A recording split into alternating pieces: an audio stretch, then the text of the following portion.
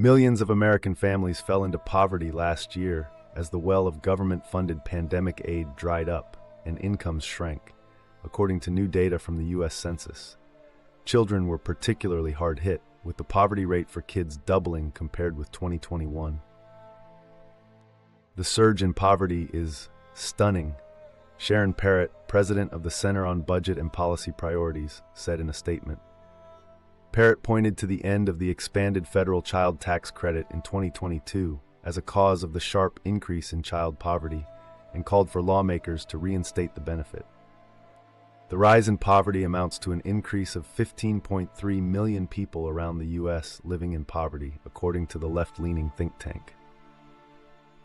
The latest census data underscores the dichotomy of the post-pandemic economy, which has been marked by a strong job market, yet also rising inflation that's hobbled many households. Last year also marked the end of all pandemic-era benefits that helped families stay afloat during the health crisis, such as stimulus checks and the child tax credit, which distributed as much as $300 per child in cash payments.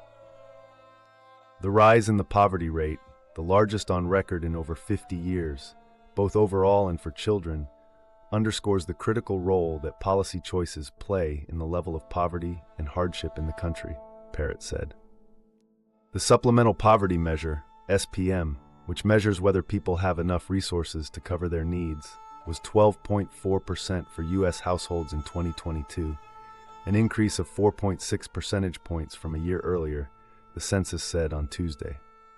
The child poverty rate, as measured by the SPM, jumped from a historic low of 5.2% in 2021 to 12.4% in 2022, the census said.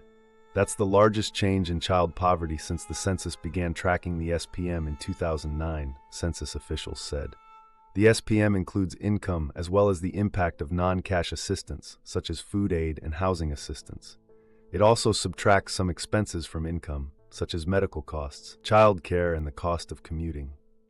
If the expanded child tax credit had been renewed, about 3 million additional children would have been kept out of poverty last year, while child poverty would have been about 8.4% rather than 12.4%. The CBPP said. U.S. households also earned less last year, the census said. The median household income in 2022 was $74,580, a decline of 2.3% from 2021 and the third year in a row that incomes have dipped. These are statistically significant declines, Rob Wilson, president of Employco USA and an employment trends expert, said in an email. While many people rushed to defend the 2020 decline as the result of the COVID-19 pandemic, the fact that Americans' incomes are still declining even now is very concerning. Wages aren't keeping up with inflation, leading to the decline in income, he added. Asian Americans had the highest median household income at almost $109,000, while Black Americans had the lowest at about $53,000.